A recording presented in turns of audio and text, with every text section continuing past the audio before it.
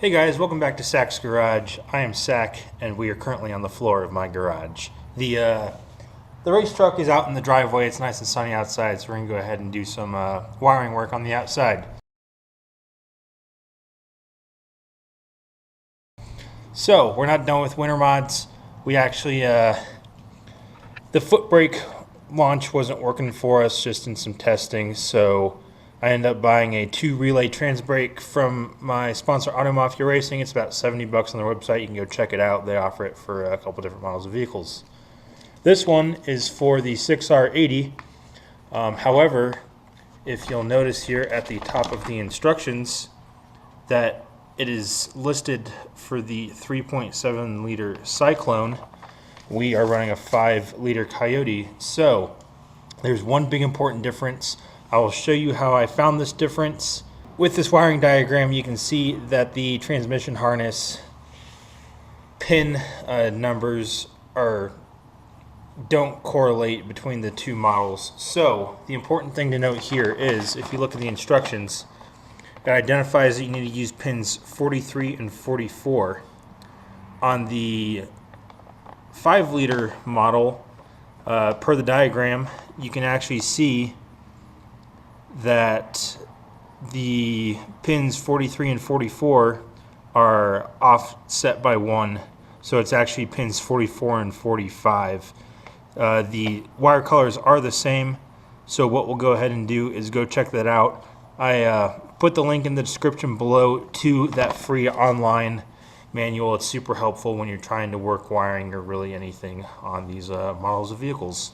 Alright guys, so I got it installed. I did a quick test just here in the driveway and then out in the street before I kind of finalized the shrink wrapping and soldering of everything.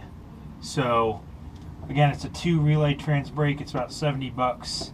All you have to do is cut 2 wires on your trans harness and then provide power, and it's switched through ground. So I forgot to mention that this pre-made one that it came with, you can pull the relays apart. There's 2 plugs here, so if you have to start redoing some wiring, and then the actual shrink wrap comes labeled with little numbers on it so that you know which harness to put it to. The one thing I would recommend is look at that diagram that I mentioned earlier, and it's linked below in the description. Find the wire colors for you to reference. It's easier to find the wire colors than it is the actual pinout of the connector. So for the first pin, it's either pin 43 on a 3.7 or pin 44 on the 5-liter is going to be a gray wire with an orange stripe, and then pin 44/45 is going to be a green wire with a brown stripe. One thing to remember so you don't get confused is that sometimes the brown looks an awful lot like black. Fortunately, it is the next pin over, so it's not hard to find that. It's in the second row of wires on the harness. Speaking of the harness, if you look at your ECU, PCM, whatever you want to call it, it is connected to 3 wiring harnesses. The trans harness is the smallest of the 3 connectors, and another surefire way is to trace the wire back, and you can actually find the heat shield wrap around it because it goes down by the transmission and exhaust so it doesn't get hot. So when in doubt, you can follow that to the silver heat shield. The other thing that I forgot to mention was that I'm using the same push button as I was previously using for just the 2-step when I was planning on just doing the foot braking. Obviously that's not working, so we had to change it up a bit. Previously the 2-step, due to simplicity of wiring, was running off of a 12-volt hot that was running in series with the brake pedal switch that I wouldn't accidentally hit the button. Unfortunately, we had to undo that. It wasn't too hard. It was 1 or 2 solders. And now the 2-step and the trans brake both run off of ground, and both are running off of that singular button.